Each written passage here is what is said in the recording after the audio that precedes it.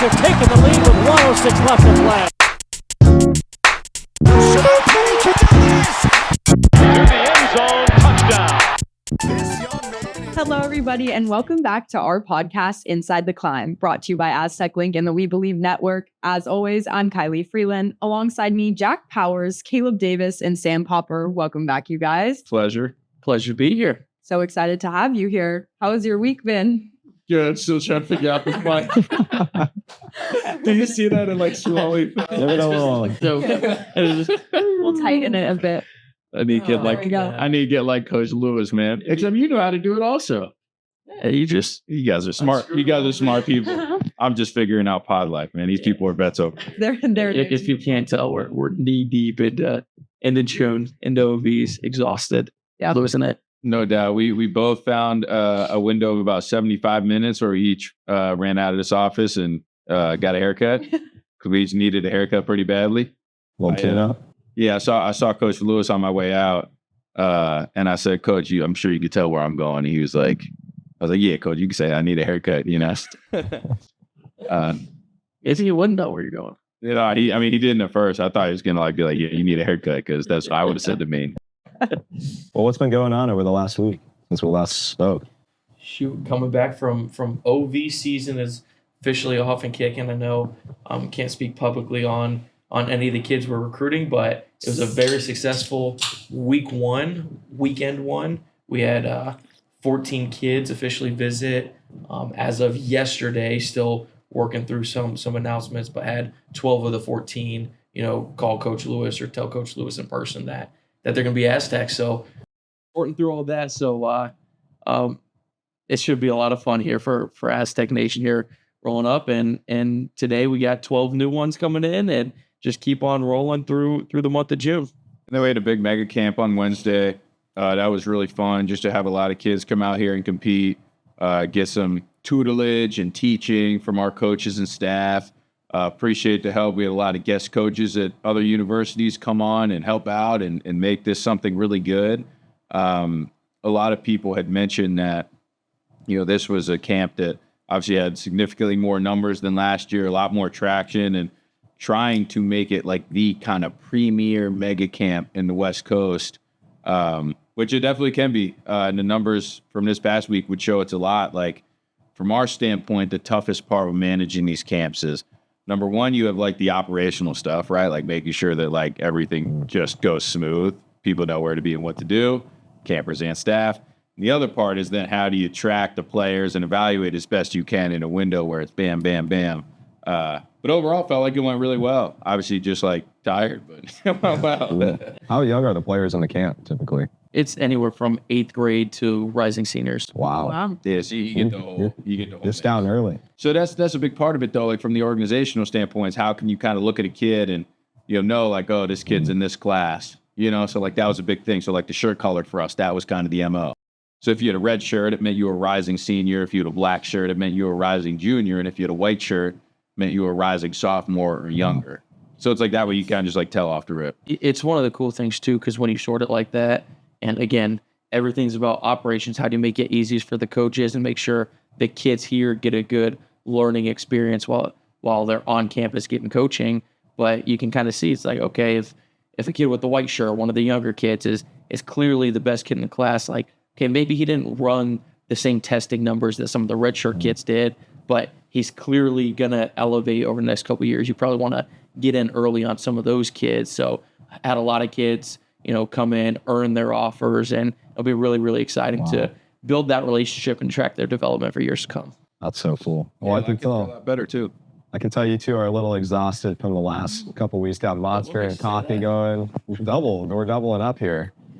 You cracked the Monster just now during the pod. No doubt. I should have cracked it before, but it was just time. So what are you guys looking forward to as this week's coming to a close?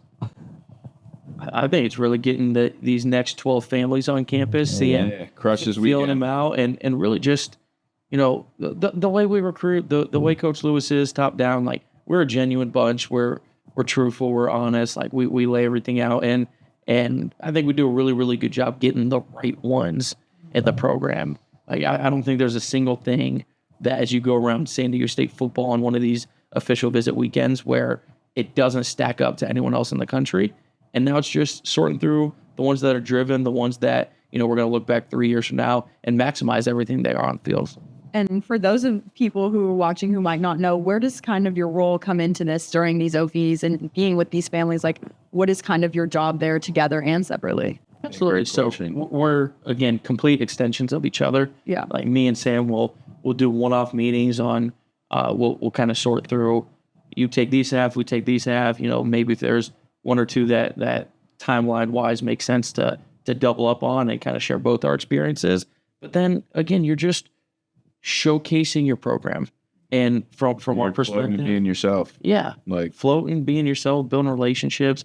Obviously, talk about what our philosophy is with paying our athletes, because that is part of it nowadays. And again, so much more of it than like none of this is, it's a negotiation, it's this or that. It's more so just sharing our philosophy, going through exactly what we believe in, and then showcasing the program. And again, I'll talk about it a million times. It all starts with the head man, the way Coach Lewis is, the way he's honest, genuine. You almost have to show them everything about your program, show them the reasons why you shouldn't choose San Diego State, and then because you're honest, because you're truthful, because you showcase every single thing about the program, the right ones end up saying yes. And we're blessed to have a lot of the right ones on campus weekend one. usually the OV weekends are with players that have already done the typical song and dance, right? Like they've come in, they've had a position meeting, they've done the tours, they've met us all in person before. So the fun part about this weekend or these weekends is twofold. Number one, they get to see all the staff just kind of being ourselves all together. Like that as a recruit is the one time where you actually get to see all the staff together. Because let's say you come for a spring practice, or you come for a game, or you come for a visit in the winter, right? You're there and you're getting let wherever you are, right? You're getting led around by somebody. You go into meetings with different people. It's all kind of individual, and you may meet with a couple coaches at the same time. But like, let's say you're a running back on campus, you'll never get to see the linebacker coach interact with the D-line GA, or the DB analyst interact with the chief of staff, right? Like you never see that type of stuff. The OV is the one time where all the staff's together. So that's like a big part of how we try to showcase who we are, is as a staff, we try to be like just our genuine selves all together. Some of the fun part and some of the way that we sell ourselves, almost like unintentionally, is when the families are all together and they could just kind of see our staff interacting. Like that's a big point where you could see us just behind the curtain and kind of get a sense of this is the environment that like I'm going to be going into. Right. And that's where it's like totally different from any other visit.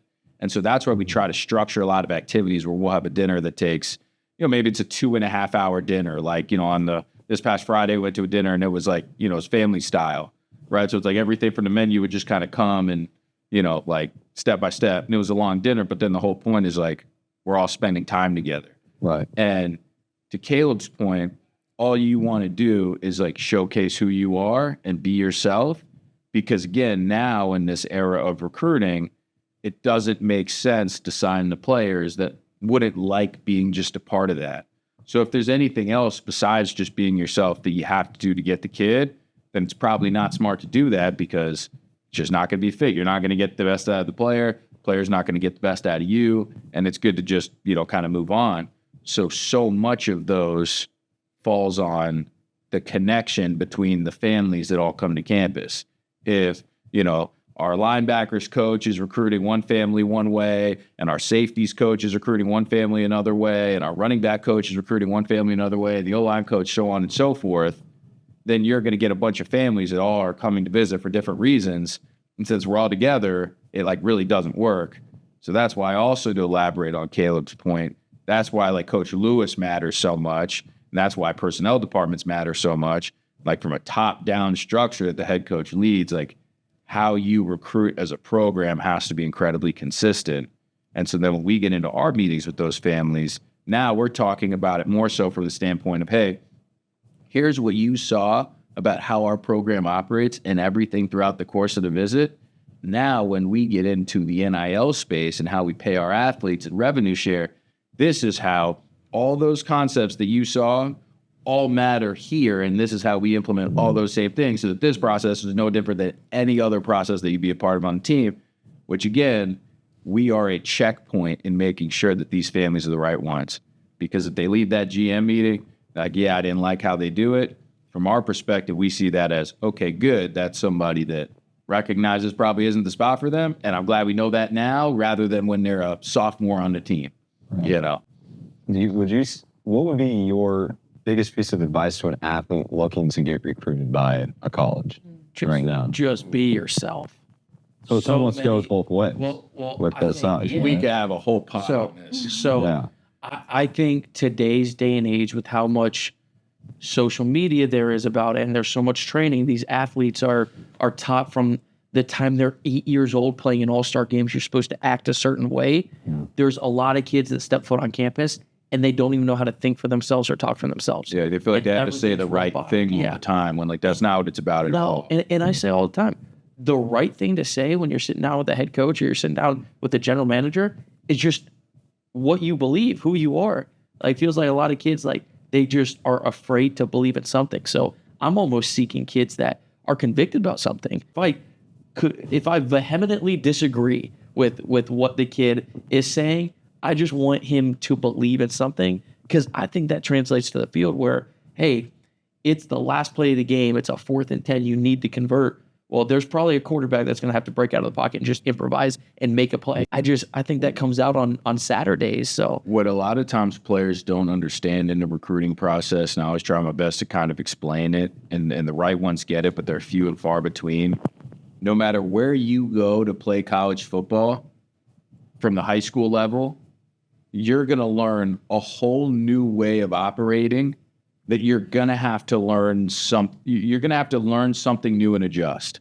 So many families try to get in these visits trying to make it seem like, and they're genuinely trying, but like trying to prepare as if they're going to come in here and just roll.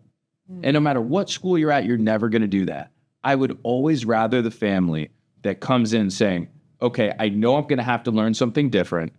Let me just get used to that idea so that when I get into a new spot, I'm ready for the changes that are coming. I'm ready to learn a new way. I'm going to listen and operate and adjust. I don't need to have everything ready day one because we don't play a game the second I get to campus, right? Like, I'm going to take a couple months and I'm just going to get better day by day, versus the kid who comes in and says, I'm doing all this stuff right now to be ready day one.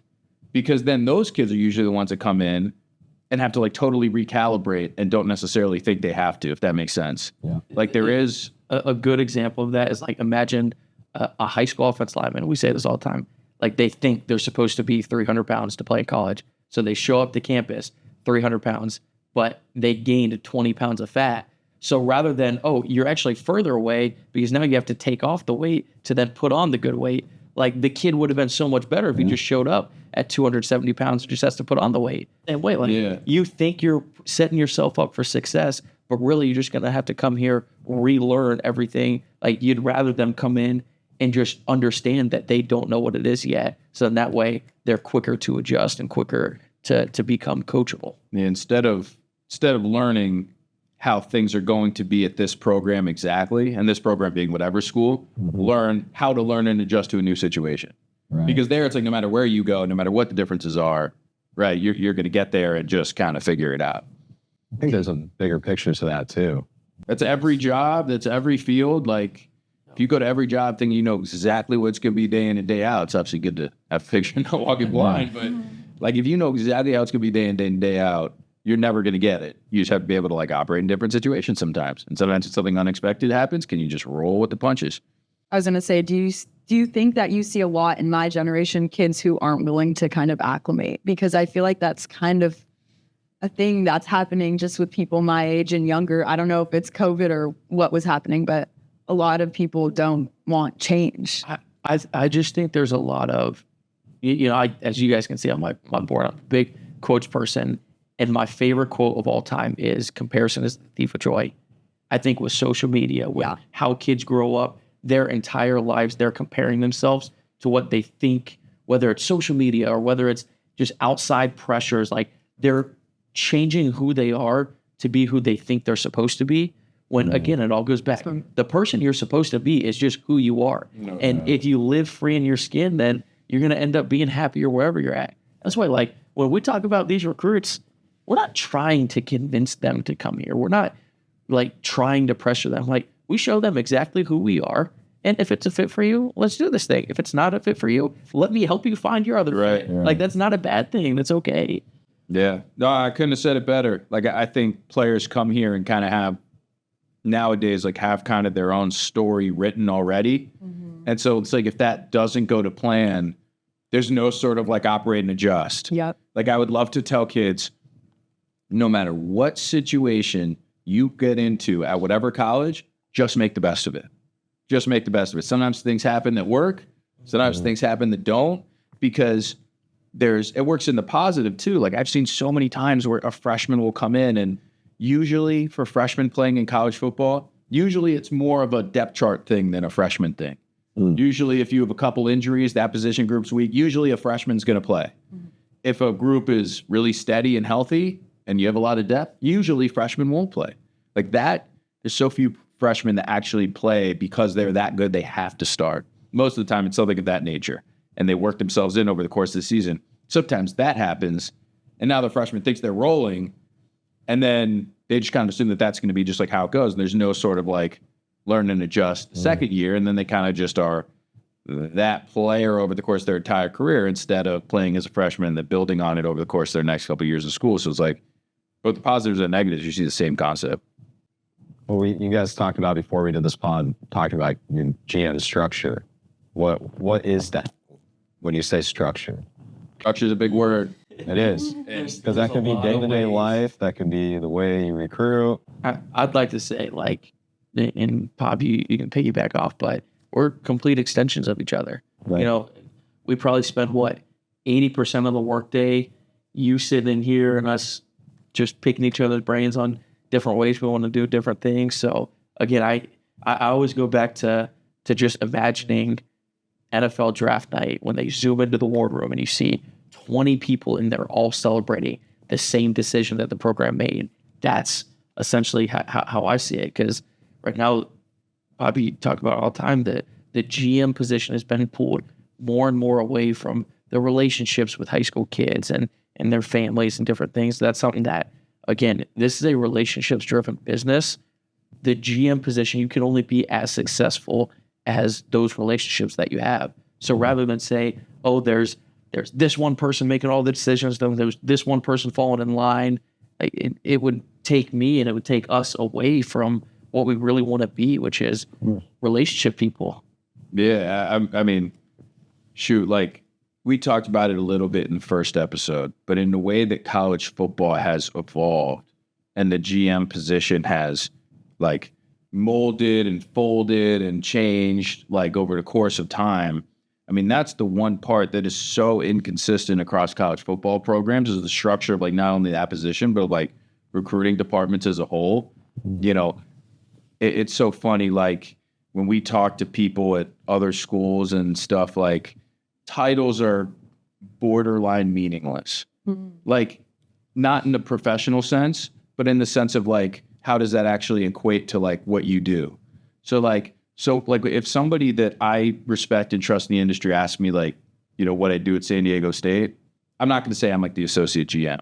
I'm going to talk about like our general manager structures. They can get a sense of my day to day, because I know if I say associate GM, I might as well have said whatever title. Like they're not going to know exactly what my day to day is. And it's the same thing with other, you know, we talked like same thing with other positions. Like obviously there's not very many associate GMs, but like even if someone said assistant director of recruiting, there are some places where that means you are in the relationship business with high school players. There is some schools where that means you are the scouting person in charge of one side of the ball. There's some where there's just like 4 assistant directors of recruiting, and each of them will take 2 positions where they do both of those things. There's some assistant directors of recruiting. They're really assistant directors of on-campus recruiting, right? Like planning and creating the itineraries for all the on-campus visits. So it's like you can get everything.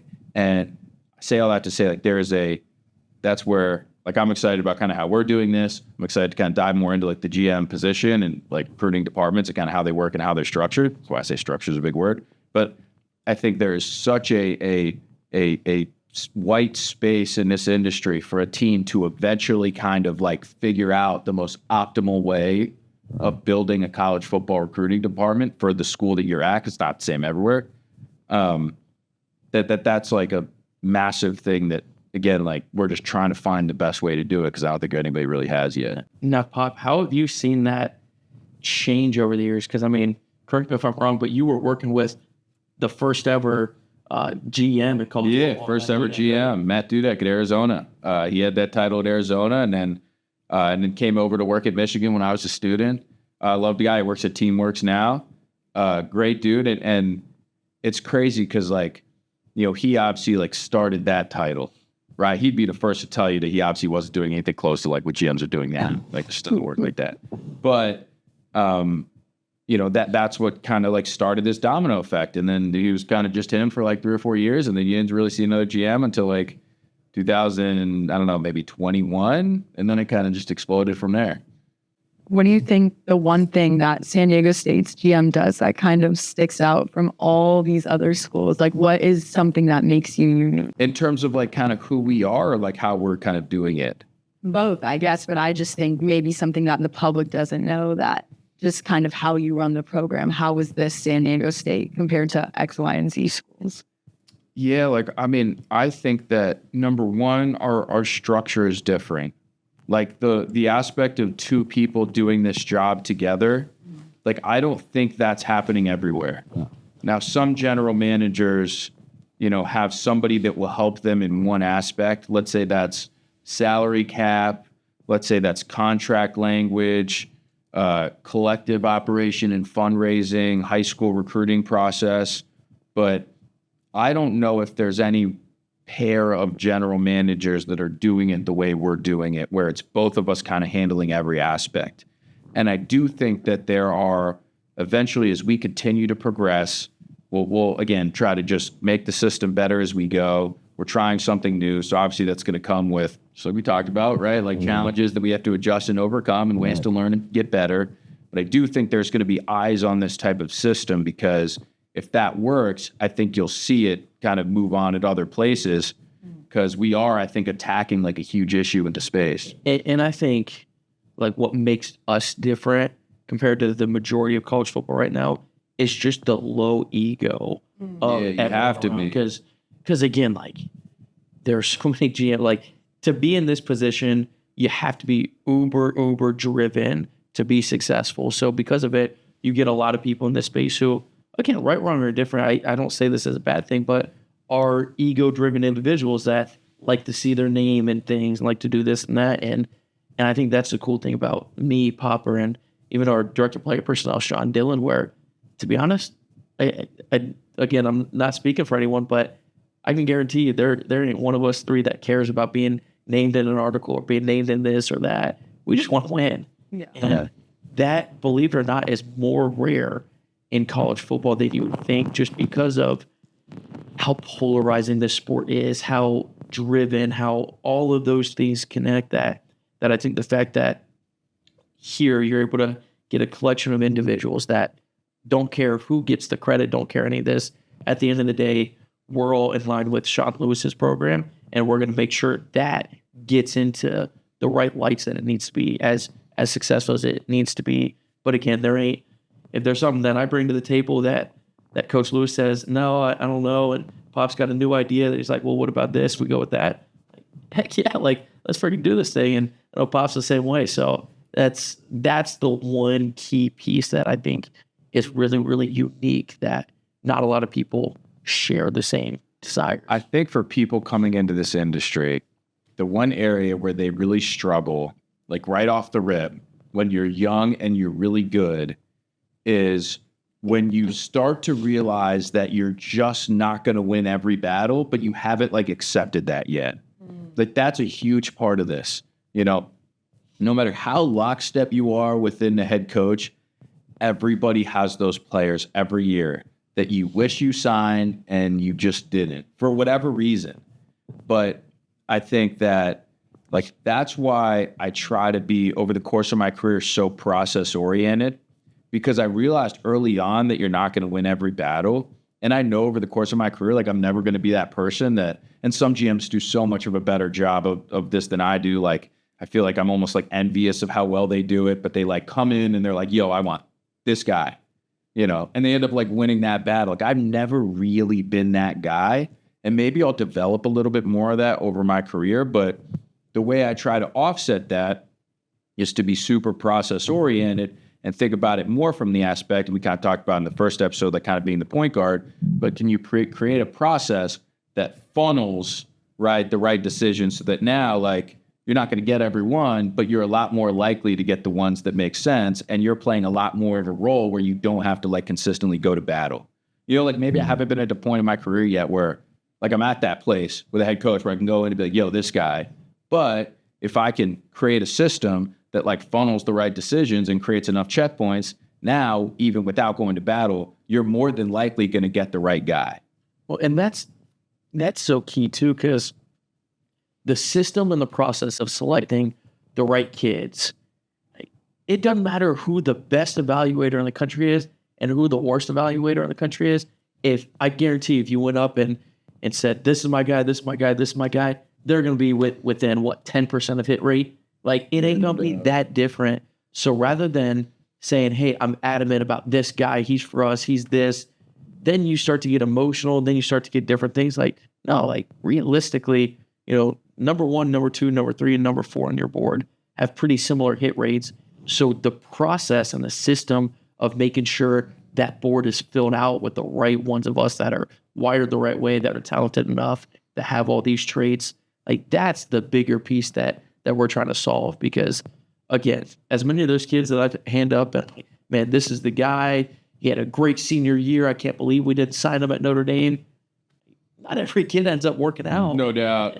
There's a couple of those where, you're like, you really wanted that guy, and then you're like trying to look, see where he's at in a couple of years. Like, and now you sit here now that we are, in the driver's seat to where, again, I'm sure if we were really convicted in our kids, we could go up to Coach Lewis like, man, we have to take this kid. We've had some of those conversations already. But it's not like, hey, realistically, am I 100% going to be right on that? Heck no.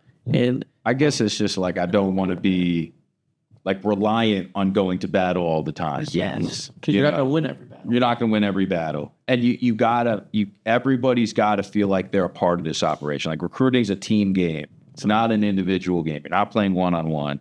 If your team's not working within a structure, go back to that word, that makes sense and that fits for the team that you have, no matter who you have, it's not going to work. So you have to make sure that everyone feels like they got some ownership and some skin in the game. That's another part of it too. In 2017-18, right? Like when Caleb and I were coming up, we talked about in the first episode how like we didn't know the GM position existed, right? Like, 'cause it didn't. Yep. That GM role, when Matt Dudek had that, he was basically running the like recruiting department at Arizona. Okay. Let me like your fees.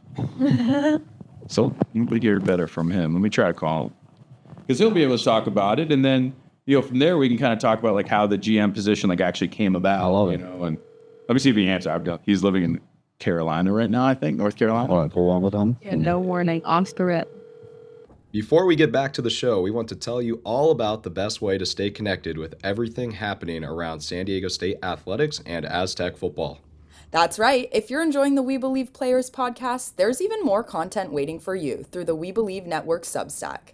A subscription gives you access to every episode of the We Believe Players podcast, plus exclusive featured stories on current SDSU athletes and future Aztecs. You'll also get recruiting coverage all year long. We're talking high school player tracking, player performances, recruiting rankings, official visit updates, commitment news, and much more. If you want a deeper look into the players, the program, and the future of Aztec football, this is where you need to be. And the best part, it's just $6.99 per month, which is less than the cost of a drink on game day. Getting signed up is easy. Just click the link in the description of this episode or the link in our social media bios. Once you're there, hit the subscribe button and you'll instantly have access to all the content. Exclusive podcasts, player stories, recruiting intel, behind-the-scenes coverage, and year-round updates from around the Mesa. It's the easiest way to support the We Believe Network while staying connected to the athletes, coaches, and recruits shaping the future of SDSU athletics. Again, for just $6.99 a month, you'll never miss a story. Subscribe today through the link in the description or our bios. We'll see you on the We Believe Network, and right back to the show. Hey, bud. Dude, man, how we doing? I'm good. Quickly going here with Juliana for softball right now. I love it. Dude, man, you are, if you have 5 minutes, I am currently recording a podcast right now, and we are talking about the history of the general manager position. You are live and on air. Tell myself what's up. Caleb Davis says hello. Hello, Caleb. And we were and I just like happened to bring up the fact that I happened to work. I was fortunate enough, I should say, to work for the first GM in the history of college football. Okay. Yeah. Who, by the way, is also a handsome guy and very capable of the job. Nice. I wanted to ask you, like, when you were at Arizona and you had that title, did that actually change your day to day? Like, what ended up leading to that? Like, can you just talk about the story? Yeah, sure. No, it was. I remember sitting. It all stemmed from a staff meeting, and it was right after our Fiesta Bowl season, and we were in a staff meeting. Titles were changing. Coach Rodriguez said people are getting raises, so on and so forth. And I don't remember what my title was then. I think it was DPP. And he kind of like half joked. He said, "Hey, you're going to be you're going to be the associate head coach, or you're going to be the chief of staff now, or whatever." And he looked at me, and I was like, "I mean, I'll just be the general manager." And he goes, "You're the general manager. Well, I'm the owner." So and the entire office laughed, or the entire staff room laughed. And then, I mean, it wasn't 2 weeks later that my title changed on the website, and I was the general manager. And I would say, did my role change? I can't say that it changed all that much. Because, back then, which seems silly to say back then, but it is back then. I mean, there were bigger offices, but there weren't the mega offices that exist now. With really specialized positions. I think Alabama was certainly getting into that at that point. But I would say, I became more responsible for the evaluation process. Having a little more say in the evaluation process. Not that I didn't before, but it was a part of the process now. I would also say that amongst in the department as well, when I was dealing with the athletic director, Greg Byrne, who's now at Alabama, when I was dealing with people on campus, the magnitude of the job really changed. This isn't the recruiting guy asking, this is the guy that's in charge of acquiring players asking. So I would say that kind of changed. See, that's so funny because that's what we were actually just going to talk about, like, because we think of it basically as obviously it was you, and then it basically wasn't anybody until 4 or 5 years later. But then it started to become a title everywhere. And when did it actually grow to that point? But it's interesting you say that because it's almost like just the name of that title, general manager, almost gave you that, I don't know, just that kind of authority or aura of I'm in charge of the roster now. I'm not just the DBP. Yeah, I really feel that way. Would it have been that way everywhere? I don't know. I think it depended on the head coach, the athletic director, the position that we were in, the season that we just had, all of those things. I think Austin Thomas, he jumped on it maybe 2 weeks later, and he was the first one in the SEC. But then after that, it was, there was a massive gap, So it just, people were going towards the associate or assistant athletic director title, right, as opposed to the general manager title.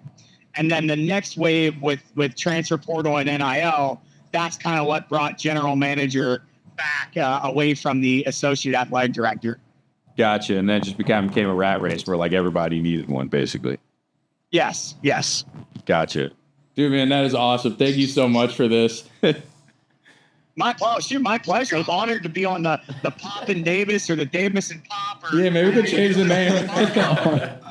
I appreciate you, Matt. You're the man. All my pleasure, and you guys are crushing, man. I am so excited to see what the Aztecs do this season. Can't say I've been an Aztec fan up until this point, but you can count me in the tribe now. Oh, I love that. All right, dude, man, I love you. Enjoy the drive. Love you too, buddy. Talk to you soon. See ya. That's awesome. There's some perspective on that and how the first GM came up. Yeah, that was a great history lesson. I love that guy. I think that's so crazy just to think like that you worked with him. Like, He was a great mentor for me in all aspects. And then it was awesome because then when I got back to Michigan in 23 and we were able to have like our, analyst program, and, I was able to kind of just be able to hire a bunch of people, and awesome experience for me. I would always have whatever one of our analysts would come down for the recruiting symposium in Nashville. It was always a yearly tradition that they would all have to, we would fly back later on Sunday, and we would all have lunch on Sunday with Dude Man, and he would kind of give the guys, just some sort of mentorship and help talk them through stuff. And anyway, yeah, so he's been great for me. I love him and his family. So it's just the fun connections you have. Oh, yeah, that's cool. One of the things that I want to touch on that Dude Man said in the in our, I don't know if you can call it a guest appearance or whatever.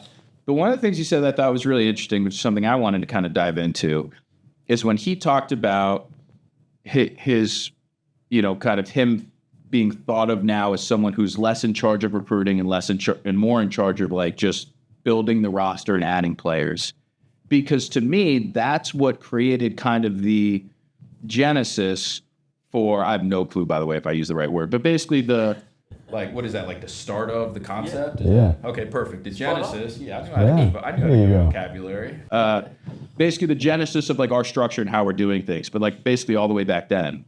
So as that general manager shifts from recruiting to adding players to the roster, in my mind, hearing Dude Man say that, that's a big moment, because that's what causes now the split in, okay, well, so now that NIL comes into play in 2021. So what year did he take that role? He took that role, I think, in 2017. Okay. I think. Maybe it was 2016. I'm not sure. Either way, Somewhere around there. So 10 years ago. So then I guess it's him and Austin Thomas. And then as Dude Man said, there's really nothing until 21, which maybe is when, which obviously coincides with when NIL started. Yeah. Which that's the different part, because now that NIL starts, now you have basically this era for 2 or 3 years where you have a ton of extra things that fall on the plate of talent acquisition, building a roster, that do not fall under the table of recruiting. Right. We think of recruiting as basically the 3 pillars. First pillar is ID, eval, and organization. Where are you finding players? How do you go about evaluating them? And how do you organize all these names pre and post eval? Right. The second step is recruiting, communication, following the progression. How do you communicate with these guys, gather info, and then following the progression of their lives, both in football and out of football, to ensure that they are either a fit or they stay a fit. Right. And then the third part is in-person closing. That's it. Yeah. They come here, spend time with us. We travel and we go see them. They come to a camp, and now we're closing the deal. All of that is different than NIL. Yeah. Right? Now, that's not just valuation of players. How do we structure our contracts? How do we add more financial means to our ability to close these players? How does our collective organize, operate, innovate, right? You name it, all that type of stuff. As that responsibility grew, schools were faced with a decision with whoever our general manager is, whereas now, does that stuff fall on the general manager's plate? And then if so, does that general manager continue to do step 1 through 3? And schools attack that all in different ways. In my mind, that's really why you have a situation now where, again, Adam Brenneman goes to these guys and says, what's your day-to-day? Because he wants to know, hey, you general manager, you came up as the director of player personnel at this school in 2015. You did a great job. Do you still do that stuff here? Right? Or are you one of these general managers that you have a really good director of player personnel? You're now kind of at the top. You just take the players that have already gone through step 1 and step 2 and step 3, and now you're just working to close, right? Or are you a general manager that you brought in somebody, at my old place at Michigan, right? They have Dave Poloquin, a GM, who I really enjoyed working with Dave for a very short time to work together. He's awesome. Nothing but great things to say. So he brings in a couple people that I've never met, right? From the Giants and Patriots. And from my understanding, their day-to-days are, scouting, evaluation-wise, helping him out, and contract language, So it sounds like Dave's in a position, obviously I don't know this, I'm speaking from the outside, like genuinely, right? Where Dave seems like he would probably have more role in the day-to-day recruiting process because he has two people there to help him with some of the GM side from a valuation standpoint and from like a contract language collective operation standpoint. I never thought about the contract side. Right. So like, and then in my perspective, if he didn't have those two people and you asked me from the outside, how involved is he? My guess is he would not be as involved in recruiting because if he doesn't have two people next to him to do that, right, then he probably has to do it, which takes a lot more of his time. So that's where kind of tying back to our position, that's where it's like if you don't have those people within your football staff, which very, very few programs do, that's where now you have to figure out, okay, how connected is the general manager actually going to be in the recruiting process? And obviously here, with the means that we had, and obviously from Caleb's perspective, only being able to bring in one person in instead of obviously multiple people to handle that stuff, that was our way of trying to get around basically that kind of issue, which sounds like from talking to Dudek, like it started way back in 2017, 16. So it was really interesting. Wow. It ties back into ours pretty well, I think. And I think that kind of shapes and shows like. Absolutely. And you kind of hit on it a little bit too, to where, there's the ID process, which both high school and college, and then now there's, again, the contract structure, all that stuff within paying athletes, but then there's also the fundraising component. So, it's funny, before I got here, you got Coach Lewis, who's got a hand in all of that, and it's impossible for a head coach to do all of that. So you kind of make it how you see fit within the program you're working for. So for us, like we spent a lot of time out in the community. Yeah, some of it's fundraising, but some of it's too, like, we're not from here. We're not from the West Coast. Like, I want to pick people's brains and figure out, like, what do they think that the key to San Diego State football can really be, and how can we elevate this thing? And again, that's something to where, like, in my experience, if you're at a Notre Dame, like, do you need to spend as much time fundraising? Probably not, because that department's so developed. They've been doing it for 100 years. With people upon people upon people to do that. So no matter where you're at, you're going to kind of attack it differently. And that's something that, again, my favorite part about my job is the fact that we get to do it all. We get to, assist with the high school recruiting process and stay in tune there. We get, Coach Lewis gives us ownership to ensure contract negotiations and the language and everything is top of the conference. And then at the same time, we get to go out in the community, whether that's trying to help sell season tickets or whether that's help fundraise to ensure that our rev share is competitive, not just competitive, but leading the new Pac-12. Like, we get to do so many different things that, again, unless we were sitting here and had the jobs we do, like, we wouldn't know how to put together a proposal for a donor. No doubt. Making an ask. So we're blessed in the spot we're at. It's also part of the reason why, having Popper by my side to be able to help us execute all these different things is so paramount to everything we do. And again, I'm just excited to see how it elevates and really see what it looks like 2 to 3 years from now, because I think that's when we'll be fully hitting our stride. I think we're going to look back and say, holy cow, I didn't realize San Diego State athletics had that possibility, had that capability. 100%. Shoot, and the one thing I wanted to touch on that you mentioned with Coach Lewis is so often from this position, it can be one of the most difficult parts in like operating with a head coach, and I would say like with coaches in general, is when it gets into stuff like, for example, like the negotiations, like on kind of the NIL piece and the structure side of it. Sometimes the coaches can make that really hard on personnel by the way they operate if they are, how do I say this? If they are so hell-bent on getting a player to where now the pressure becomes on this office to like make that work no matter what, to the point where now you're breaking the structure with other players.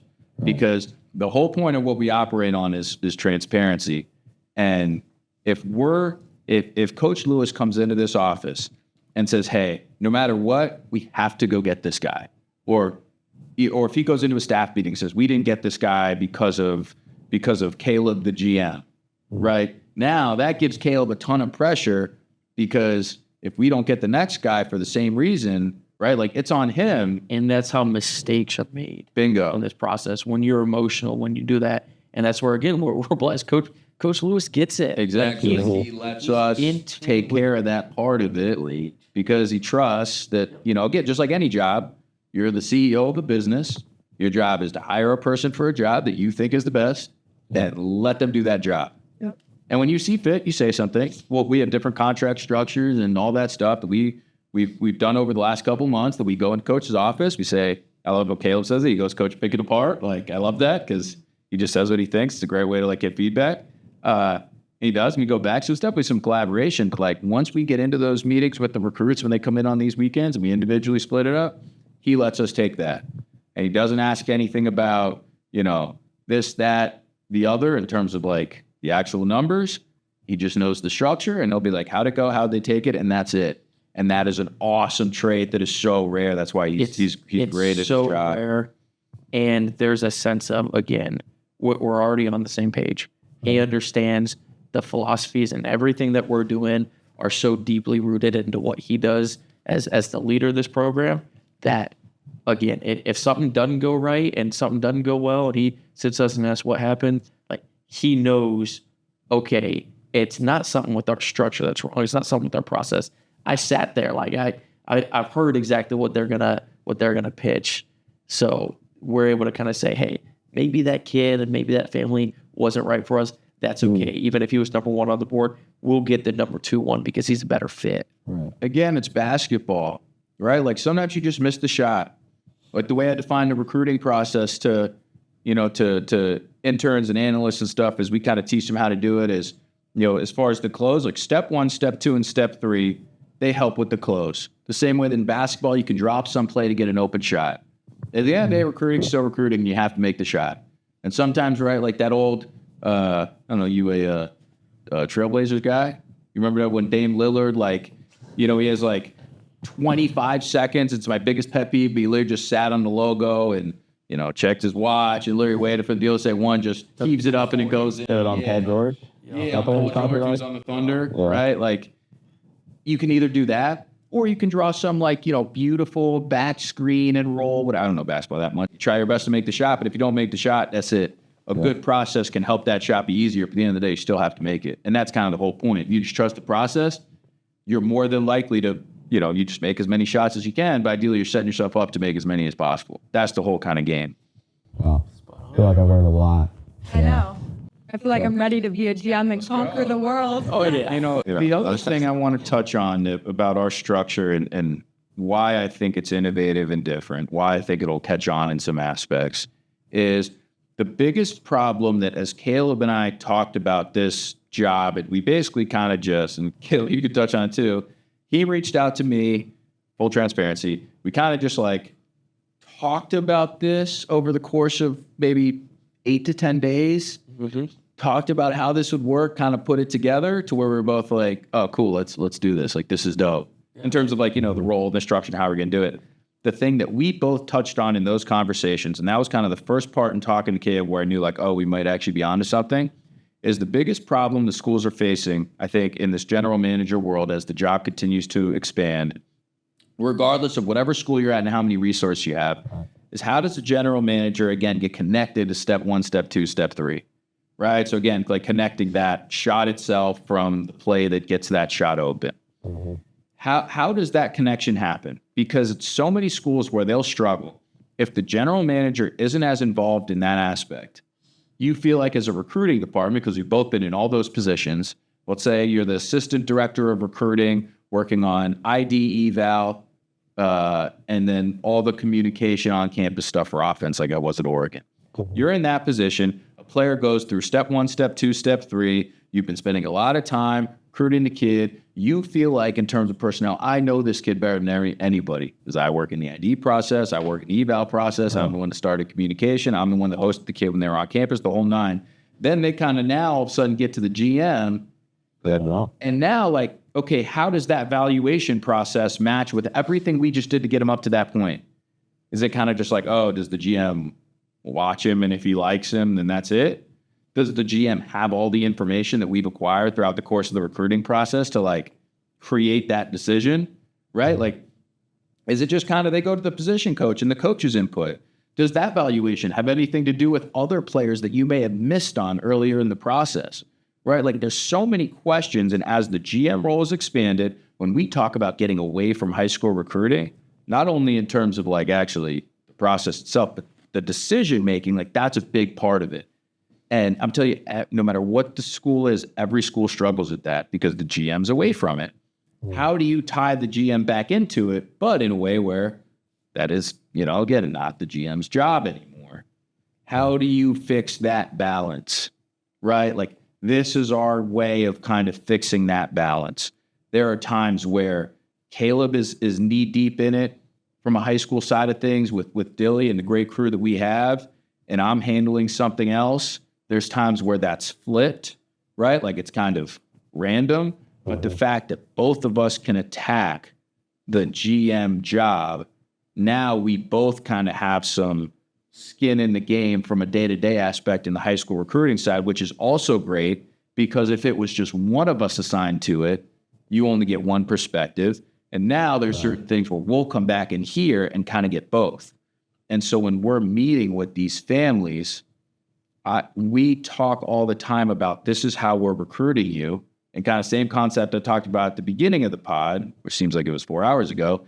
This is how that is now all being shown to you from our process. This is how it all ties in. And so the same way that we ID, eval, organization, pre and post eval, the same way we communicate, gather information, follow the progression, the same way we run a visit to like show you transparently who we are and see if you're a fit, all of those processes and values are all implemented in how this offer we are giving you. That's all how we gave you this. That's how we came to this.